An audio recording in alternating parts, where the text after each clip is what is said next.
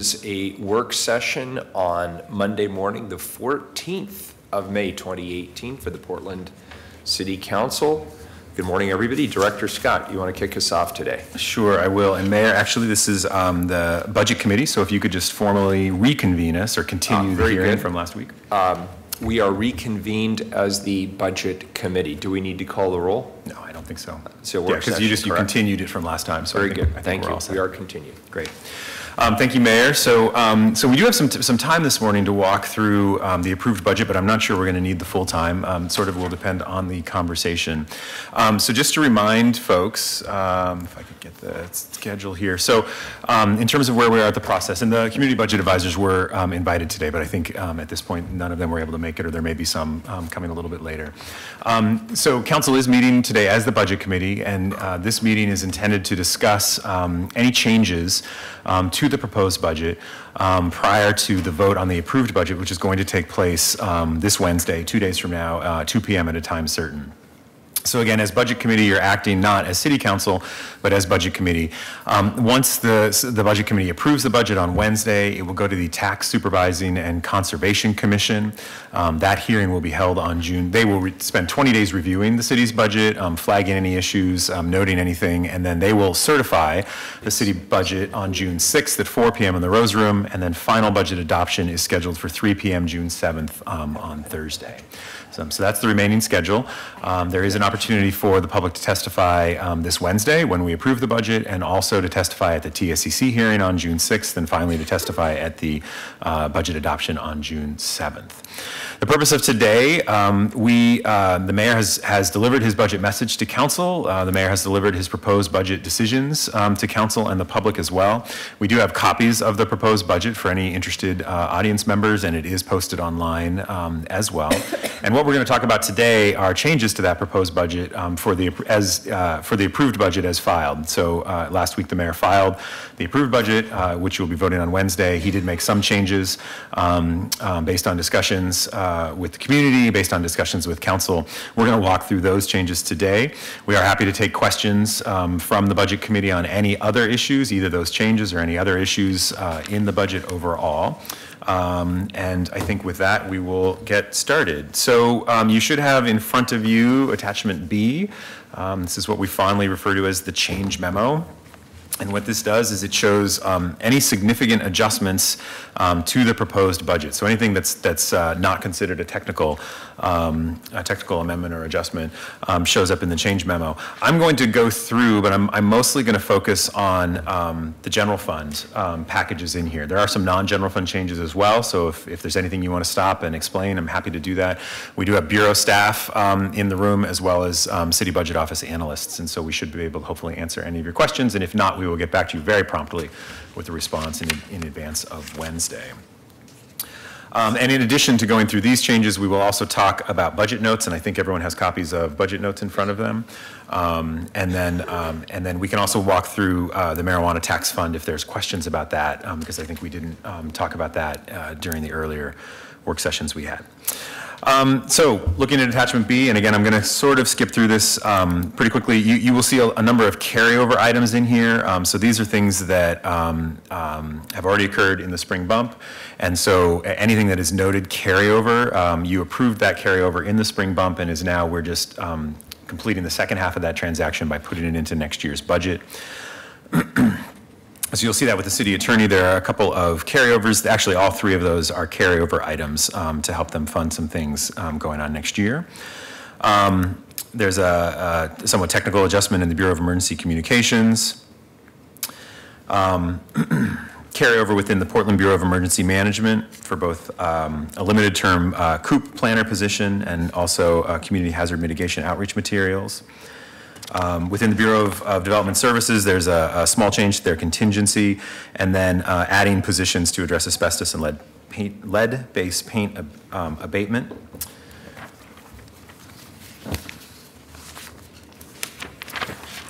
There are a number of changes within the Sewer System Operating Fund, which again, if there are specific questions about, we can go into those details. Within the Bureau of Planning and Sustainability, there's a carryover for consulting contracts for housing and equitable development. This was a package that was requested in next year's budget, but there is carryover to help fund that effort instead.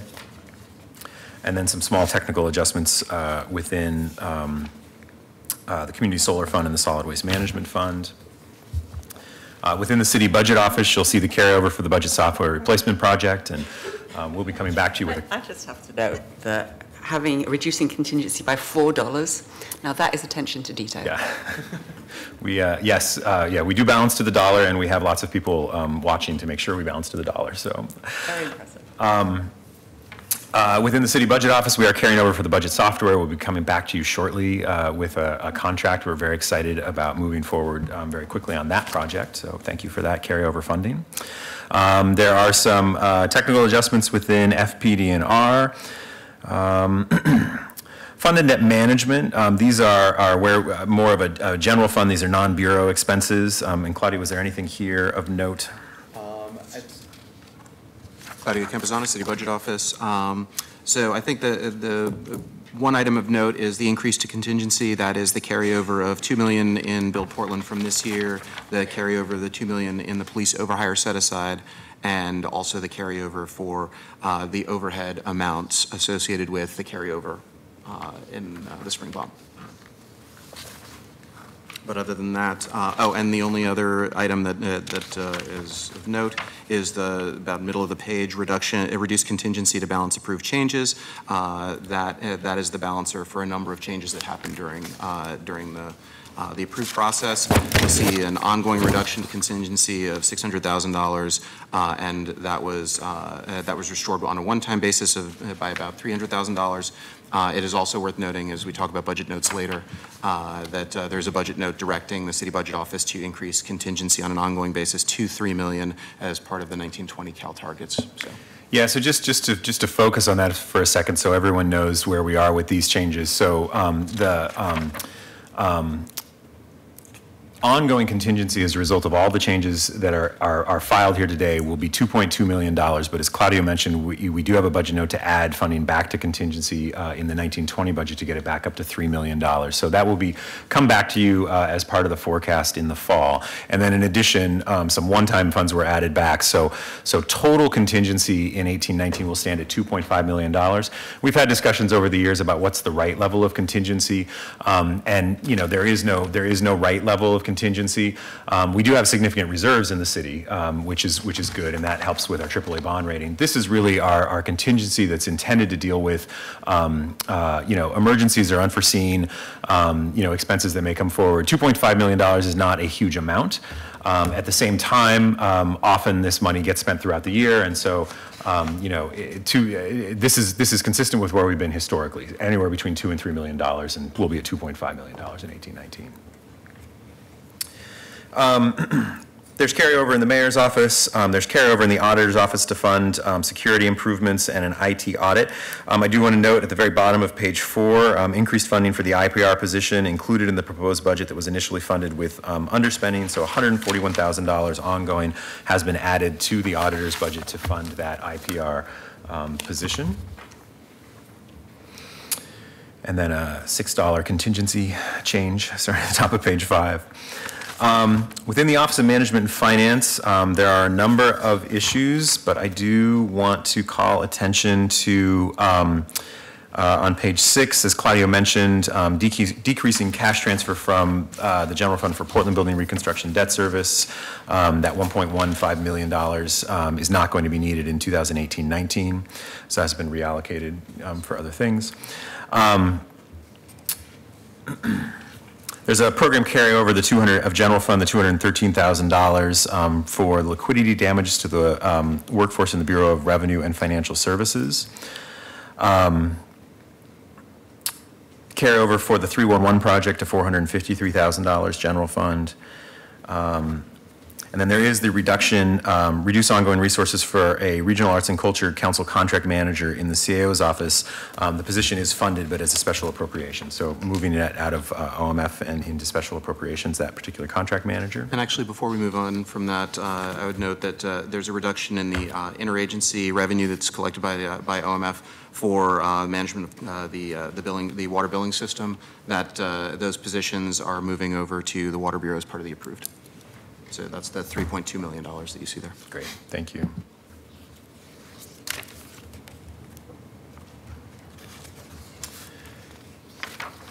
And I think that is it in terms of OMF changes. Within the Office of Neighborhood Involvement, there is carryover of unspent funding for homelessness outreach, particularly on alternative shelter projects, that $170,000 that was approved in the spring bump. The public information officer position is moving from one-time to ongoing as part of these changes, so you'll see that shift of $167,000. There is funding being added, $70,000 to add a position to manage the boards and commissioners program funded through the overhead model. So that's the general fund discretionary side, as well as then the other resources. And then increasing funding for rent subsequent to the relocation of the crime prevention program, so $18,700 ongoing was also added to ONI's budget. And I believe the last two items around cannabis licensing. So that's the creation of a new fund to reflect the licensing revenues associated with cannabis businesses, and there was $480,000 of excess revenue in 2017-18 that was carried over into that new fund. So, going forward, those revenues and expenses will all exist in a single fund rather than the general fund. Great, thank you. Office of Equity and Human Rights, there's a carryover for a citywide software pilot, just $22,000. And then within PBOT, I think the major thing to note here is the reduction in the traffic signal reconstruction program for economic development by $1.5 million. And that was funding that was in capital set aside for PBOT, and that is now being realigned to ADA ramp.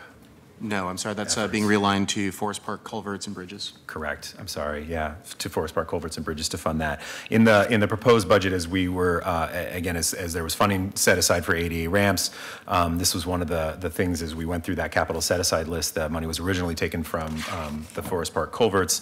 This transfers it so that culverts are funded in Forest Park, but the traffic signal reconstruction program will be reduced. The traffic signal reconstruction is a scalable program, so this is something PBOT asks for a certain amount, but whatever they get, they will do that many traffic signals during the year.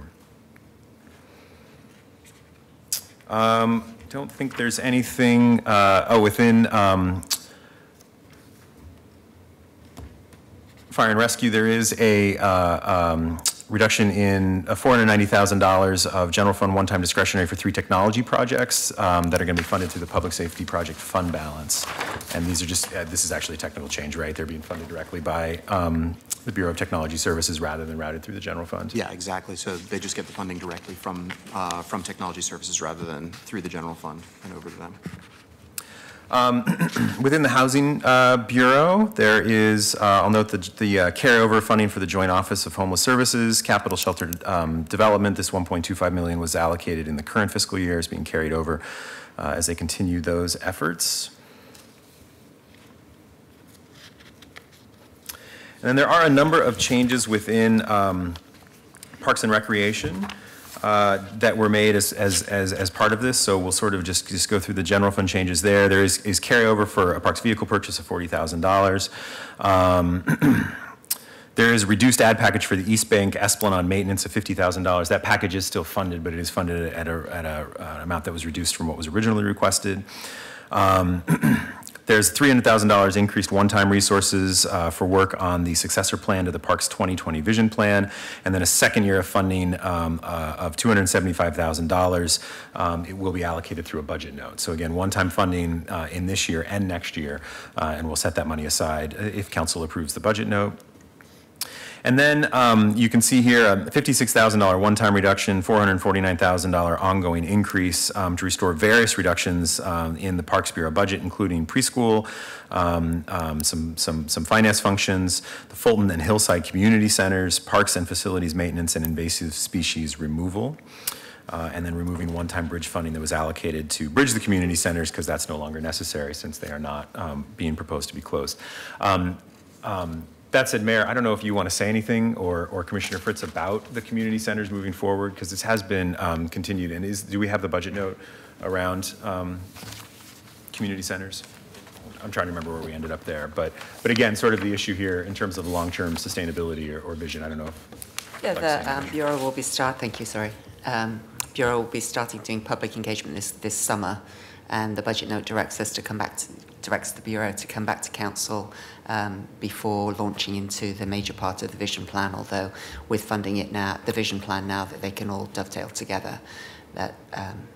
So the cost recovery, financial sustainability, and the long-term future of all facilities, not just community centres, but looking at everything that Parks owns and operates. And that's what's coming up, and the Bureau will be encouraging everybody to participate. Okay. And we'll talk more about the budget notes in a moment. $50,000 one time was added for a parking study. $100,000 one time was added for technology training and support for the work order system upgrade. And $2.1 million increased funding from capital set aside for the Forest Park culverts and other critical infrastructure repair. And I believe those are the major issues within the Parks Bureau. Within the Police Bureau, program carryover of $2.8 million to fund various projects not completed, including body-worn cameras and one-time expenses. These are projects Council had already approved and authorized and already carried over in the spring bump, so we're completing the second part of that. There is a reduction of 3 officer positions within the Police Bureau. So the one-time funding for an additional 6 positions and adjusting the interagency revenues with FPD&R accordingly.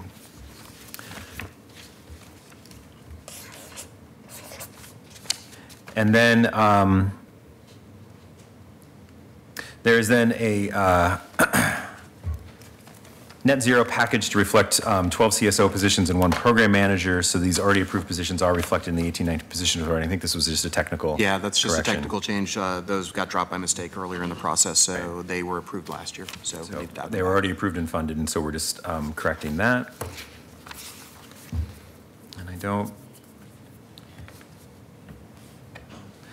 Within the Water Bureau, on page 14, there's reducing an ongoing cash transfer from the general fund by $61,700 for parks maintenance, and transfers backfilled on a one-time basis, and this covers the cost of maintenance at Dodge Park.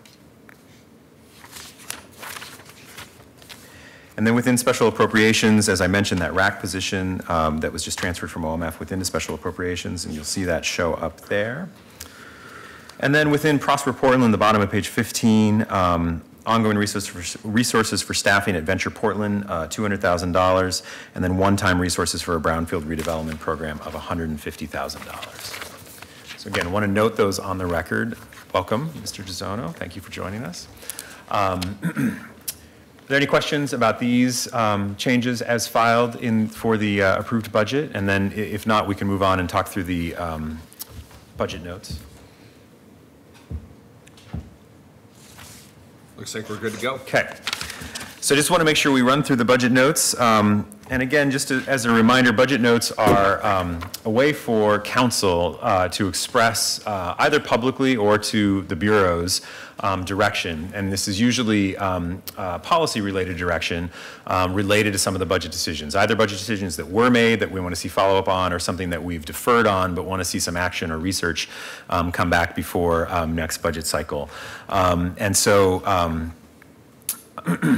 I will briefly go through these. Within the Fire Bureau, station roof replacements, Council's directing Portland Fire and Rescue to use available resources from the 1998 facilities bond to replace failing roofs at fire stations 4 and 22. So they've made these capital requests a few years, and they do have a little bit of funding in that GO bond, and so Council's directing them to use that. Within the OEH Office of Equity and Human Rights, public accommodations, It is directing OEHR, ONI, and the City Budget Office to undertake an analysis of citywide public accommodations, identify current spending levels and service levels across bureaus, and then provide recommendations for a standard provision of accommodations, how we might be able to centralize support and resources for bureaus to meet these standards, and how to fund services that go beyond those allocations. That analysis will be provided back to Council by December 31st. Within the Office of Neighborhood Involvement, equity and funding for neighborhood coalitions, Council's directing ONI to work with stakeholders to develop a methodology to equitably distribute existing resources among neighborhood coalitions without additional funding. ONI shall provide a plan for implementation in time for the 1920 budget development process and report back to Council by this December 2018. Within PBOT, derelict RV enforcement has been a large and growing program over the last few years. And this just sort of notes what PBOT has been doing and then directs PBOT to continue the current work with Bureau resources in 1819, return to Council with a report on challenges and successes in advance of the 1920 budget. We anticipate this is going to continue to be an issue in the upcoming years. ADA compliance, current appropriation level adjustment. So this is around ADA ramps and other compliance within the city. Council's directing PBOT and Parks to come back in the 1920 to request general fund increases of $1 million in PBOT, $500,000 in Parks, increases to the current appropriation levels for 1920 during the fall supplemental budget process. And then if approved, the funding will be dedicated to ADA compliance in each bureau. So the goal here, and I'll turn it over to Council, the goal here. Director Scott, sir. I realize the goal is to bring to compliance, but is this ongoing funding or one-time funding? The direction is for them to come back and request ongoing funding. So I just did the $17 million of estimated needs for ADA compliance in parks. So if we're increasing it by 0.5 every year, assuming that the council in future years actually does do that, in 8 years we would be close to having enough money to fix everything, is my calculation. So then there'd be an end to this, right? So why is it requesting ongoing, or is the intent that we would ask, could you explain it more? I think the intent is to build up the ongoing base of funding that's available for this. I think you're right, and I you know, if 17 million is the right number today, hopefully we'll be able to take care of most of the issues. There will be new issues that come up as we go along, but I think that's correct. If we start making significant progress on, particularly within parks, on all of the ADA issues, we could revisit that in future years. In my view, we'll need the ongoing funding for at least the 5 years of the forecast. But this is the way this is structured. They would be coming back to ask for this next year for 1920. Whether they come back and ask for it again, you know, in future years would be up to council, and whether you grant that. So it's something that could be addressed every year in terms of the overall need. And why the larger number for transportation compared with parks? I think it was just looking at the overall size of the issue, and we know particularly around ADA ramps, there's a very significant cost, and potentially less so in parks, but that's certainly a policy decision council can weigh in on. Okay, so but then if we just get the 500,000, then it would take 34 years to fix all of the park problems.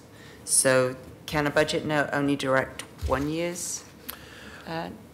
No, it can. No, the budget note could direct them to come back, and I think I may have misspoken a little bit. The next budget note about major maintenance funding does request that park come back every year with a new $500,000 increase that council will be able every year to decide whether there's funding available for it to deal with their parks major maintenance funding. The ADA CAL adjustment is structured a little bit differently. It's just a 1 year adjustment, but council could construct a budget note very similar that said we'd like parks to come back every year for future councils to consider whether to increase that amount. Well, I guess if it's every year increasing by another 500,000, then 8 years to get there seems reasonable. If it's only for parks, if it's only 500,000 a year, then that's 34 years to come into compliance. That's even before things start going wrong. So that doesn't seem like a reasonable time frame. I think the goal here was just to start making some progress, or more progress. We are making progress as a city on our ADA issues, but to try and speed that up. And Well, that- I may have an amendment for council to consider to change the parks number to $1 million if it's only a one-time thing. And I think it's also worth noting that that a lot of these barriers get addressed as part of regular major maintenance, regular repair, and also the development of new assets. So. Well, they do, and we've more than tripled the major maintenance funding in parks since I've been the commissioner, and still, as we all know, we're hundreds of millions behind. So we certainly do them along with bond projects. Parks certainly does them along with bond projects and other repairs. And still, there are some fairly significant issues that are going to need to get paid for. And we don't want to get sued. The next budget note for parks, as I just mentioned, this is increasing major maintenance funding. So we know in a lot of our infrastructure bureaus, in all of our infrastructure bureaus, there's a backlog. Within the Parks Bureau, which is all general fund, this directs parks to come back every year and request ongoing funding of $500,000 for major maintenance needs. Council will be able every year to make the determination. It's not automatically built in, but just that they make that request, and then council can determine whether to increase the major maintenance funding within the Parks Bureau, so they can manage their assets. We know there's a gap there of millions of dollars, and so again, this is trying to make some incremental progress every year towards fixing that. And then we note that the budget notes that this increase in general fund major maintenance should complement other strategies in addressing the gap, which would include internally reallocating resources. And if council grants a $500,000 increase in next year or the year after, that reduction can come from new revenue. If we have it, it can come from other bureaus within the city, or it may come within the Parks Bureau itself in terms of a realignment, maybe the divestment of assets, and then periodic general obligation bonds. But again, trying to begin to make progress against this backlog. Budget note on completion of critical planning efforts in preparation for a vision plan. Commissioner Fritz discussed this a little bit, but directing parks to complete and present to council 3 key planning processes prior to moving forward with the vision plan process: financial sustainability plan, a cost recovery plan, and a level of service plans for parks and community centers. And then the ADA compliance CAL adjustment, this shows up both under transportation and under the Parks Bureau. It's the same budget note. Within the Bureau of Plan and Sustainability, Commissioner Fish requested a light pollution budget note based on the Central City 2035 plan. Council directs BPS to present a project timeline related to mitigating light pollution to council as part of the fall 2018 budget monitoring process. And there's some components listed there as well. Within PBOT Parks, OMF, and Prosper Portland, all related, there's a film office financing budget note. Council directs PBOT Parks and OMF to coordinate a plan that funds one half of the Portland Film Office through filming permit revenues in 2019-20, and each bureau's requested budgets to reflect any changes necessary to achieve this goal. Within the city, but this shows up in the city budget office, but it's really a citywide budget note around fiscal sustainability. Council's directing CBO to reduce 2019-20 current appropriation level targets for all general fund bureaus by 1%. In advance of the 19-20 budget process, bureaus are directed to identify efficiencies, organizational changes, and other cost-saving ideas that achieve these savings without reducing frontline services. Identify those savings in their budget requests, and if bureaus are unable, as they go through this process over the next year, to identify the savings, they may request additional ongoing funding back in 2019-20. So there's going to be a lot of effort on this over the next few months. Chief Administrative Officer Reinhardt has gotten his leadership team looking at HR issues throughout the city, IT issues throughout the city, financial plan overlaps, et cetera. We obviously work with bureaus in the city budget office pretty routinely, on these types of things, and so we'll be sitting down in groups to begin to identify what are some of these, in a longer term basis, what are some of the changes that we can make that aren't necessarily compressed into a budget time frame or a budget process time frame, but that might take a little bit more time to implement, that we could see some savings moving forward. And I think there's a longer term effort here to continue getting bureaus thinking in this regard, because we know the economy is going to slow down and we'll be needing to make cuts. This is a much easier, I don't want to say easier, but it's a better way, again, than sort of forcing bureaus to come up with reductions during a budget process. In terms of overall business license tax, CBO's going to work with bureaus to establish performance targets and strategic targets, performance measures and strategic targets for the programs that the city is expanding or permanently funding because of the proposed increase in business license tax for 2018-19 and beyond. And then we'll provide council with an annual review of those program results through at least the 2021-22 fiscal year, and of course quarterly updates of any available data. This note goes on to further say that the city commits to further increases in the business license tax for 10 years in order to provide a stable tax environment for companies that do business within the city of Portland. And in addition, if new local taxes are imposed on businesses that significantly change the tax environment in Portland, the mayor is committed to present a budget proposal that rolls back the business license tax to its current level. Could you give me a scenario where that would be necessary?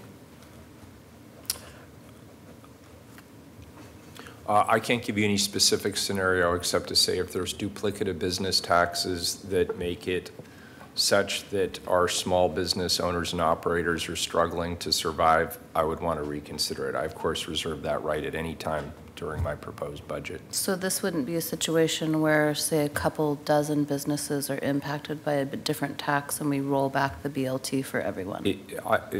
It is very general in terms Okay. of the way it's written, and I would interpret it that way broadly. I would like to say that I'm really concerned that we're committing to avoid further increases in the next decade and we're only raising the BLT 0.4%. I just want to go on record saying that. We always reserve that right. Yeah, okay. Well, and also the fact of the matter is we can't bind future councils. So That is also correct. I just wonder whether we should say to strive to avoid or something that is not, that's more recognising the fact that we can't bind future councils. Not Always happy to have amendments introduced. As I mentioned, one of the new budget notes that was not in the proposed but is in the approved, council directs the city budget office to increase the current appropriation level for general fund contingency to $3 million in 2019-20, so getting back to that $3 million level. If this is approved by council, that would be automatically part of the forecast that you'll see in the fall. And again, as part of the 1920 budget process, of course, council can make adjustments to contingency either up or down. Excuse me, funding for the Parks Vision Plan.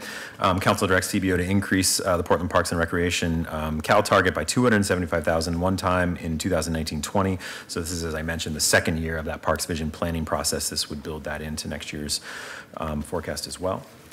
Within the Office of Management and Finance, Jasmine Block, this is directing OMF to fund the 18-19 cash contribution and financing requirements for Jasmine Block from Facility Services Operating Fund reserves. Once council approves a development agreement and finalization of downtown core tenancy study, then OMF should request reimbursement from the appropriate tenant fund.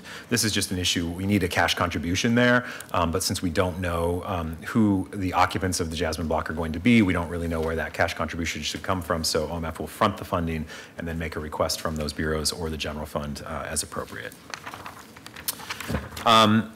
There is also both within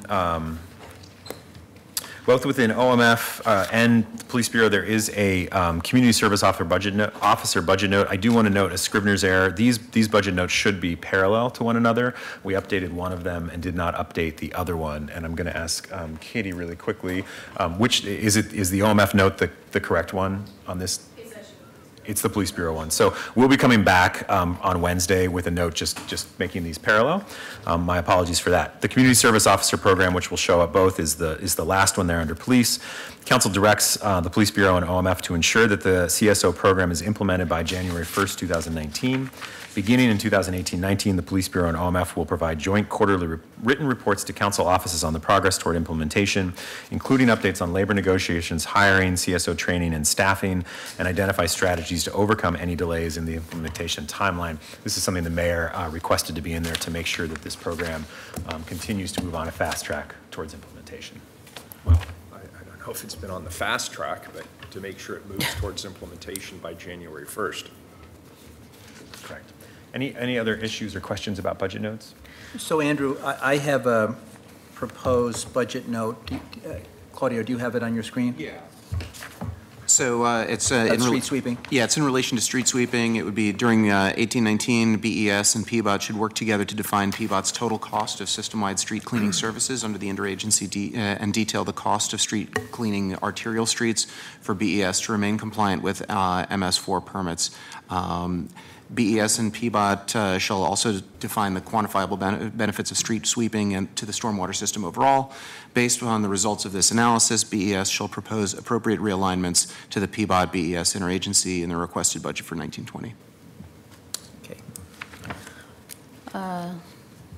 I am curious about police overtime and whether we can create a budget note on that. If we're going to be increasing police officer positions by 50, I'd like to see a commensurate reduction in police overtime once those officers are fully trained.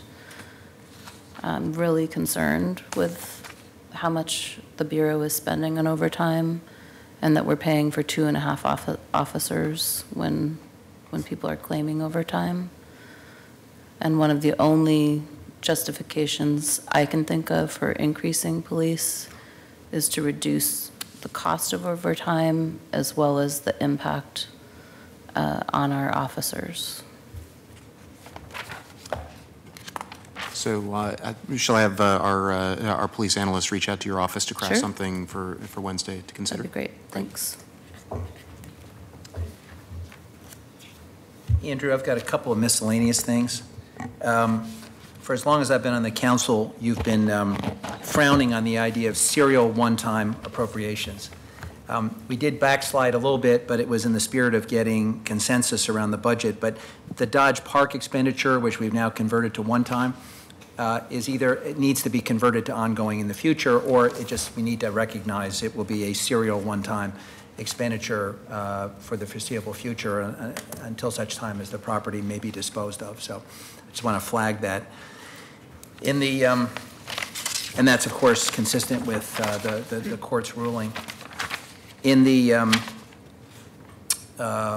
film office financing, I think in a prior budget note it was even clearer about who does what. So this directs a number of parties to coordinate a plan. It's my understanding that it will still be under the supervision of my office, unless the mayor has a different view.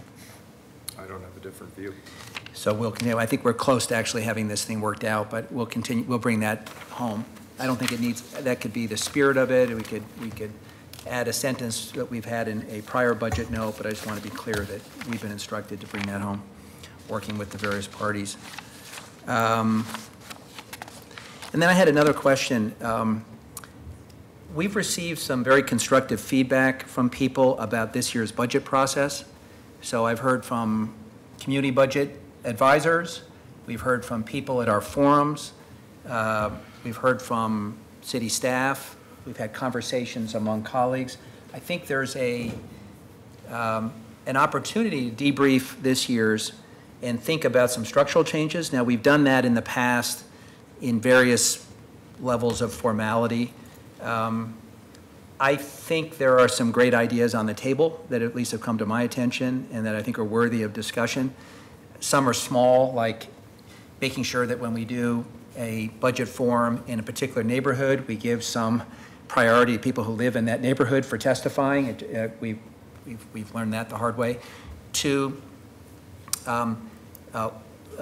even down to the level of detail about who presents to council and what's the expectation. You know, in the 4 mayors that, well, Commissioner Fritz has served under 3 mayors, but I've served under 4 because I beat her by 6 months. You know, in the past, there were years in which the commissioner in charge and the bureau director were together presenting to council. And obviously this year it was just the bureau director.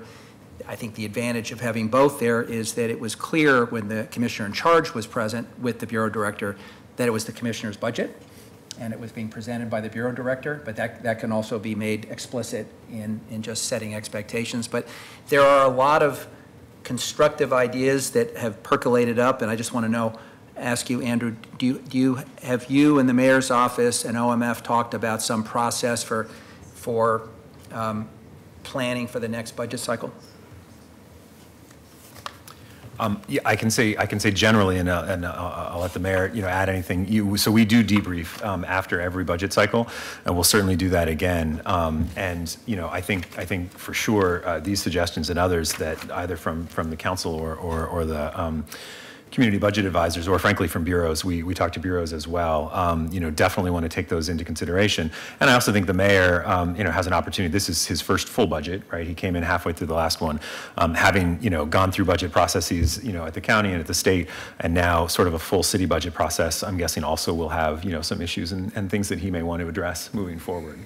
Yes, So I I guess, most certainly will. I think that since the council serves as the budget committee, I would just urge you to come up with a formal process to get some feedback, and then to have some preliminary conversations where, particularly the community budget folks and my colleagues get a chance to pitch some ideas, and then, because I think some fine tuning of this process will obviously strengthen it, and I think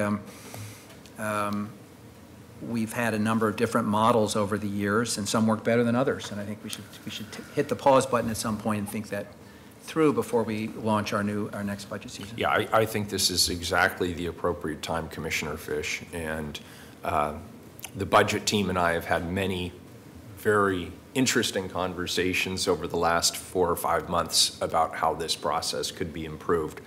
And I would very much like to cast a broad net and get input from not only the council, but I'd like to hear from the bureau directors, and I would certainly like to hear from members of the public, because I think the public part of this process didn't work the way I would like to have seen it work. I don't think everybody felt uniformly welcome to testify, and that's a huge problem for me. And as you noted, people.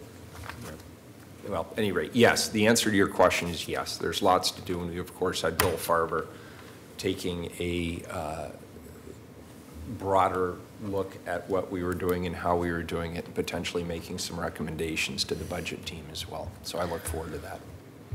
I would like to add to the chorus, I did not find the public budget listening sessions helpful whatsoever, and I made efforts to ensure that some of our most marginalized community members were heard, and I was criticized afterwards for doing that. Not by the council, though, just not by the council, by members of the public, which to me just highlights how grossly inequitable the process ended up being when one group can mobilize dozens of people and fill more than half a room to advocate on their issue, and their unwillingness to hear from other community members who frankly have issues that are much more urgent than theirs. I have one other item of concern, which is the public accommodations pool. Last year, ONI received $100,000 in accommodations. They have used almost all of that. This year, the recommendation has been to give $75,000 in one-time general fund for a citywide public accommodations pool, which will be administered through the Office of Equity and Human Rights. I want to go on record and say as saying this is just grossly inadequate, especially for ONI, who is charged with public engagement. We offer things like bus tickets, childcare, food for dinner time meetings. These are accommodations meant to soften some of the barriers to participation for more marginalized communities who are often left out of these conversations. I guess we could decide that that's just gravy that we don't need to be offering to the public anymore, but we certainly are required to offer accommodations to community members with disabilities and community members who are not English language speakers. And what are we I understand that you do expect the larger bureaus to find money within their budgets to make accommodations, but for the smaller bureaus, and especially for ONI, I'm wondering, what do you suggest when the $75,000 runs out and we're still required to provide accommodations? How's that going to work? Yeah, I think so one of the hopes is that the budget note around public accommodations will give us a better sense of what currently is being provided by bureaus, the current cost of that provision, and consistency in terms of between bureaus what we should be providing, and that is a pretty quick turnaround. I mean, I know December feels like a long ways away, but getting everyone together and sort of figuring out what the accommodations are and what they should be, and then that will illustrate, I think, for the 1920 budget process what we need to look at. I think for 18-19, that's the type of thing that can come back through a contingency request during the fall bump, and as well as looking at other potential offsets. So I think there is a focus on this. We have heard that concern from the bureaus as well, that it may not be sufficient. I don't want the city to get sued, but to be honest, I would encourage it if we're not providing required accommodations. And I think, and you've heard us say this, throughout the budget hearings, no bureau should refuse to provide accommodation based on funding. It is legally required. Yeah. It is the first thing they need to be doing. So I think if we're seeing that in a bureau, that they're saying, well, we don't have the funding, that's a management decision. It's not a budget decision. It may mean, by realigning those funds, that other really important things are not getting done that we do need to talk about as a city. So I don't want to say that the trade-offs are easy, because they're not. They're very, very hard. But I would be, I think if any bureau director is saying they can't follow the law because of budget, we need to have a broader conversation. I guess for me, this also just highlights the issue with leaving these things up to individual bureaus, because I'm not just thinking of accommodations for the public, I'm also thinking of accommodations for employees and interns. It's very problematic, and it's discouraging to people who experience these barriers. I don't think we're seeing nearly the requests that we would be if this process was better supported. Yeah. People just acclimate to not being included and not being accommodated. Yeah. And it can't be left up to individual bureaus. Yeah. And by all means, if there's additional language that you think would be helpful in the public accommodations budget note, either Wednesday or in the adopted budget in June, we can certainly consider any of those changes. All right. The last thing I have, and we just handed this out, I do want to just briefly walk through the recreational marijuana tax fund, and I believe as part of our local tax, it does say council will discuss this. And so it has been part of the budget process, but because of that, I wanted to specifically call out, the decisions in this year's budget around this funding. So we're mostly going to focus on the top half of this sheet. The bottom half is what happened in the current fiscal year 2017-18, and on the back you'll see this is just per the ballot language what the allowable sources are for. But I want to talk about at the top there is projected to be $4.6 million of available revenue in the recreational marijuana tax fund. This is larger than last year, mostly because we collected a little bit more, and the way the fund started, we actually had 5 quarters, which is a little bit more. So there's a beginning fund balance of a little over $1 million, as well as some tax revenue coming in. So $4.6 million total. And you can see there in terms of what was requested and what is currently included in the approved budget. One of the big changes here is the DUI training and Vision Zero traffic enforcement. The funding for Service Coordination Team is back in the Police Bureau as ongoing general fund, but the Vision Zero traffic enforcement and DUI has been realigned from general fund into the recreational marijuana tax fund. So that's what you'll see. The original request is actually now up to about $2.1 million total for that. And then, as I noted, Service Coordination Team, which last year was funded at a few $100,000, $400,000, is all funded out of general fund in the Police Bureau. Moving on from there, Transportation Vision Zero ongoing ongoing. Council made that decision last year. It's continued this year, $1.5 million of ongoing. They did make an additional request for Vision Zero above that of $1.25 million, and just given balancing issues, $250,000 was what was included here. The community-driven grants last year were funded at $500,000. There was not a formal request to increase this, but I did hear from a couple commissioners' offices that they were interested in increasing that amount above and potentially as high as $1.2 million. In the end, the approved budget includes $700,000 for those community-driven grants. So it is more than it was included in the current budget. And then finally, a small amount for managing the fund. And then I do note there is no contingency. This is of moderate concern, but not major concern. Tax revenues have been coming in much higher for this fund. We anticipate that will continue. But I do want to note for council, if in fact something were to happen, such as a federal crackdown on recreational marijuana that caused revenues to plummet, we would probably have to come back to general fund contingency in that case. So there is a risk there, but these are general fund eligible programs. So. It's not dissimilar to other risks we have with other general fund programs. I just wanted to put that on the record in case there was any conversation. Commissioner Fritz? So this allocating of the cannabis tax fund isn't as part of the budget with things moving around. That is not what I promised people when I campaigned for this tax.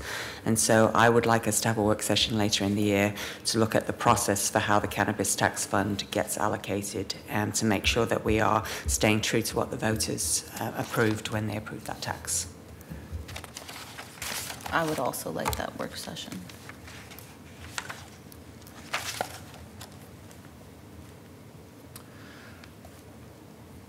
Those were all the items I had for today. I don't know if there are any questions from council or our community budget advisors. Mr. DeZono? Can we change the name of the recreational marijuana sales tax fund to cannabis tax sales tax fund?